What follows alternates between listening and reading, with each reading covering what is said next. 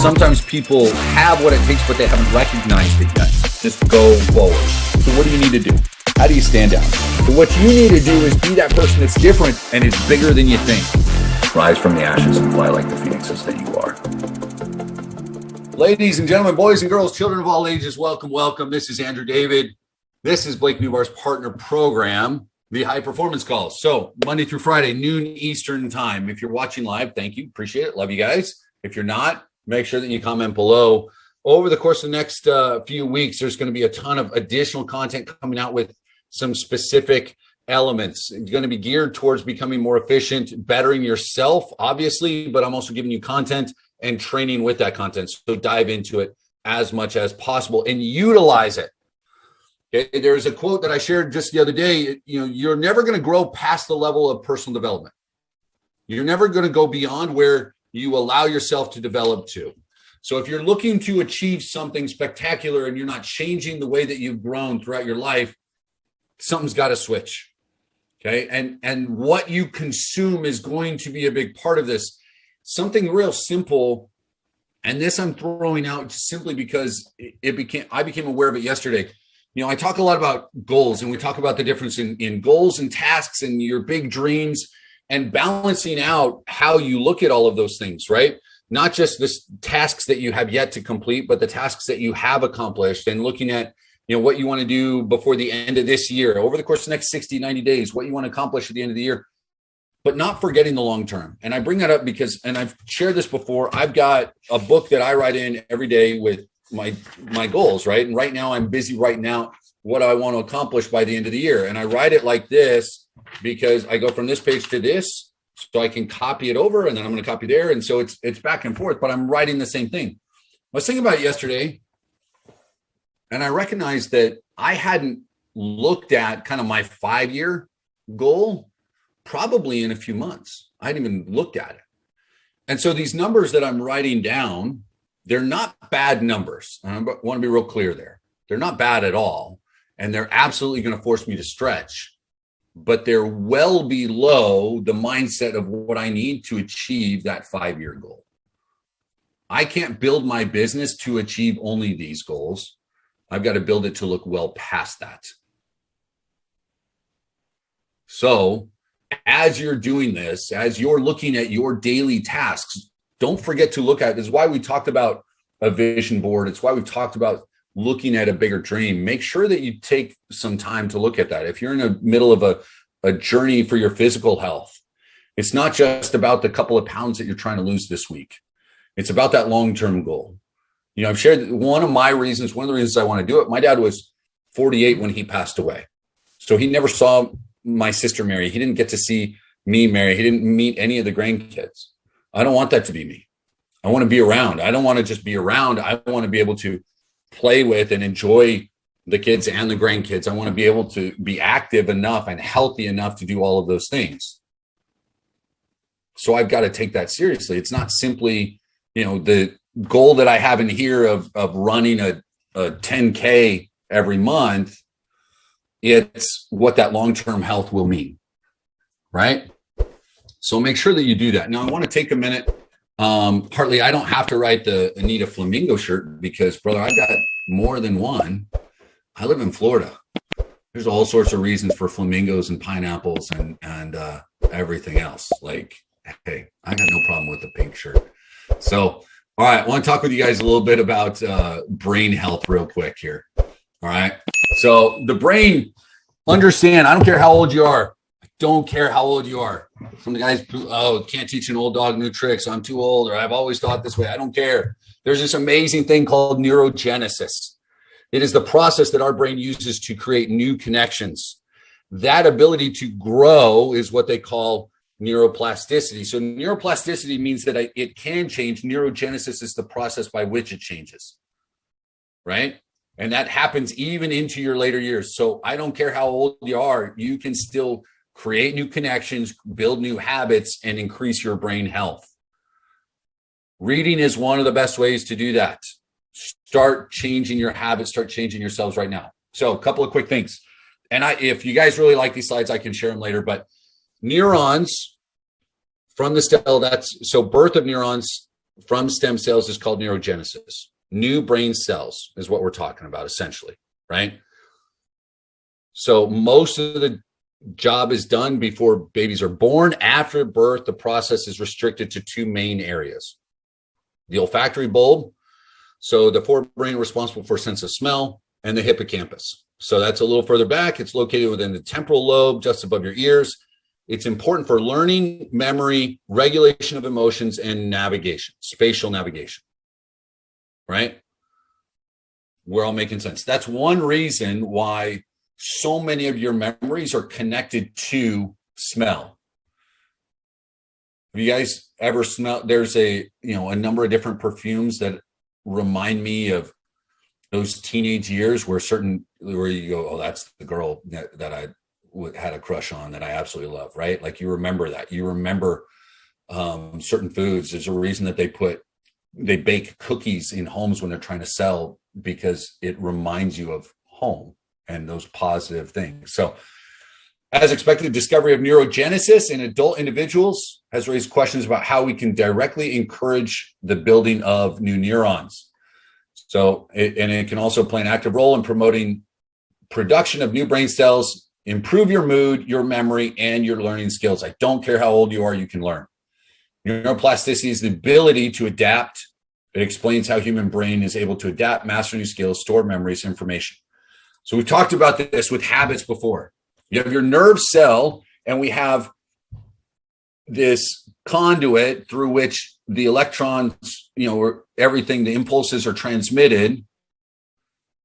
That process, as habits are formed, if you're creating new memories, that you create new connections, sometimes in order to break down those bad habits, the myelin, isn't that what it's called? Right?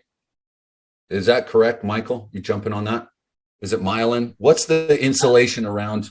Myelin is the insulation around. Yeah, around the nerve cell, right? So not all the nerves, but a lot of nerves with synapses will prune from certain areas, right, and reformulate in different areas. And so if you change a bad habit and make a new habit, you don't even need new neurons. Yeah, but you do have to break it down and then begin to create. Yes. And so that's part of why the process of creating new connections, new habits, requires a little more time, because we have to break down first and then create. And it happens over and over and over again. So here's an example of that, where more connections are created over time as you learn a new skill. Okay. So I want to jump ahead real quick. We've got growth mindset, fixed mindset. I'm going to share this with you guys later so you can read it. And I want you to think about where you are. And you may be telling me, no, I've got a growth mindset. Dig deep and make sure, because even within a growth mindset, you may be set upon by your subconscious with certain elements that have impeded your growth simply because you're focusing on all the other stuff. Be aware of the entire picture. Sometimes it's those little things that will allow you to break through the obstacles that are keeping you back to make that big leap. So here's a couple of things. Number one, you need to take sleep seriously. There's issues when you don't sleep. All sorts of them. Immune problems, judgments impaired, screws up your appetite. You eat more, your emotions are out of whack, all sorts of things. Okay. Make sure that you sleep. Number two, take exercise more seriously. If you are not currently exercising, then you need to. And yes, there's the runner's high. It helps fight depression. It reduces stress. It helps with mental fatigue. It elevates your mood. It also helps within the hippocampus create new pathways. If you're going out and exercising, even if that exercise, especially if the exercise is like hiking, for example, get out into a rural setting, go walk a pathway that you haven't before, so that there's a little bit of an introduction of new stimulus. That new stimulus will help build out that neuroplasticity. It'll help your brain grow. Okay. Now, this is super important, because even if you're stuck in a wheelchair, or you can't get out and walk on your own and you need help, that additional stimulation from something different than what you're accustomed to can begin to create new pathways. It helps with your overall brain health. Sometimes people say, well, I can't work out, but you can put your butt somewhere different, or give yourself some kind of other stimulation. and it can help your brain health. Okay. So Helene's got their brain health is way, way more. There's all sorts of different things with, vitamins. Yeah, absolutely. And I didn't throw this out there at the beginning. I haven't said it in a while. I am not a doctor. I'm not a psychologist. I'm not a medical professional. I am giving you research that I have done, research that is readily available for you. But so much of this is common sense, guys. Like, you need to be better with your brain. Like, that's it. If you get nothing else from this entire course, if you go out and launch, make a ton of money. I don't care. I want you to change your life. But man, if you can be healthier and live a little longer life, if you can fight off Alzheimer's for a little bit more, a lot of you have had family members that have suffered from some degenerative disease in that regard, be it Alzheimer's, cognitive function, losing out, just getting to the age where you go, man, my memory isn't what it once was. Well, guess what, guys? You've been doing the exact same damn thing for the last 2 decades. You've been following through the exact same habits that you've always had. You never even changed your wardrobe, for crying out loud. Of course, your brain isn't functioning the way it is because it's gotten so used to doing everything, hasn't had any reason for any bit of neuroplasticity and new brain cells. So change it up. Become a little healthier in that regard. So, I'm going to hit a couple of these things real quick, and I'm not diving super deep in all this today. It came about because I was thinking about certain things. So take friends seriously. Relationships play a huge role. I am a hermit, right? I have very few friends. Like, I've been working online exclusively from home for about 6 years now. Like, you guys are my community. I get to build relationships with people virtually. It's one reason why I love events and why I love speaking at events, because I get to go and see, the handful of people that I was constantly working with all the time. I'd get to go see them in person. And there were people that I really wanted to spend time with because they were out doing the same kind of things. I have a very, very small group that I'll meet with personally around me, simply because they're not going to improve my health, and they increase stress instead of helping manage it. Friendships can be incredibly beneficial. Be careful of who you allow into that circle, though. I will say that. Okay. Next, take reading seriously. Mental stimulation, it reduces the risks of dementia. It helps with depression, reduces stress and anxiety, brain connectivity, and it increases your empathy. It means you help understand human behavior more. Reading does so much more than just helps you feel good.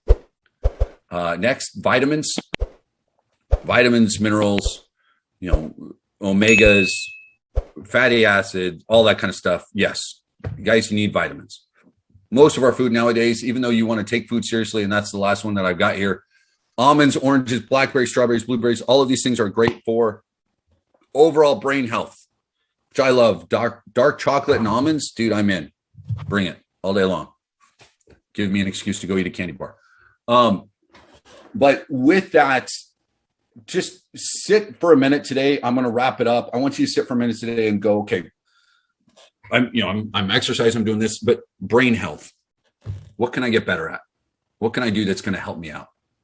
Little things. I'm trying to give you little things to improve your time management, and applying some of those, learning new skills. That's something that can help you, right? All of you guys trying to learn some of this marketing, that can help you. Yeah, meditation, because it'll help reduce anxiety, reduce stress, reduce cortisol. It's going to be beneficial. All of this is simple, guys. It's pretty straightforward. I'm just trying to give you a reminder that you've got something to do. Okay. Dark chocolate bars more on the side of strawberries. Hey man, whatever floats your boat. So yeah, start paying attention. If you go look, the people that are incredibly successful across just about any industry, more and more, especially in the last 20 something years, you got things that have given rise to biohacking. I mean, you guys have heard of that? Biohacking, right? We look at supplementation, hormone replacement, meditation, understanding the power of your physical body and how it connects to your professional success.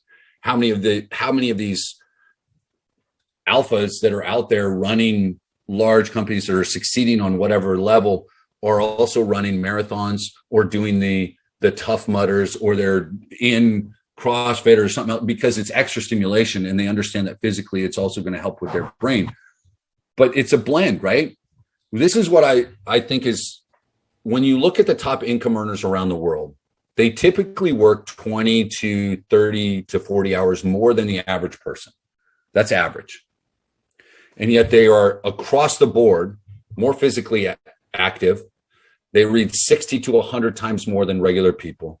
They find time to meditate or find some other type of, or they're in therapy, or they find some other type of connection to something above themselves, most of them. They also will attend anywhere between 2 to 4, take 2020 out, 2 to 4 other networking, mastermind, training style events, 2 to 3 day type events throughout the year, because they understand how all of this works together, right? All of it. Guys, learn how to do your marketing, learn how to fix the pixel, learn how to post a headline, learn how to get leads and engagement. Take care of yourselves in the process, or none of the rest of it matters. Okay. So on that note, I'm going to let you guys go. Think about it a little bit. Tomorrow, you're going to have content coming at you. So if you haven't yet, I recommend looking at the PDF that I put together that's inside the Google Drive. Take a look at it, get an idea, so that some of the ideas that I give you, you go, oh, I need to find a picture for this. Oh, well, Andrew posted that website that I can go click and find new pictures. Like, I try and give you as much as you need. Okay. Everybody go out, have an awesome day. Find a way to always rise up, rise from the ashes, fly like the things that you are. Sometimes people have what it takes, but they haven't recognized it yet. Just go forward.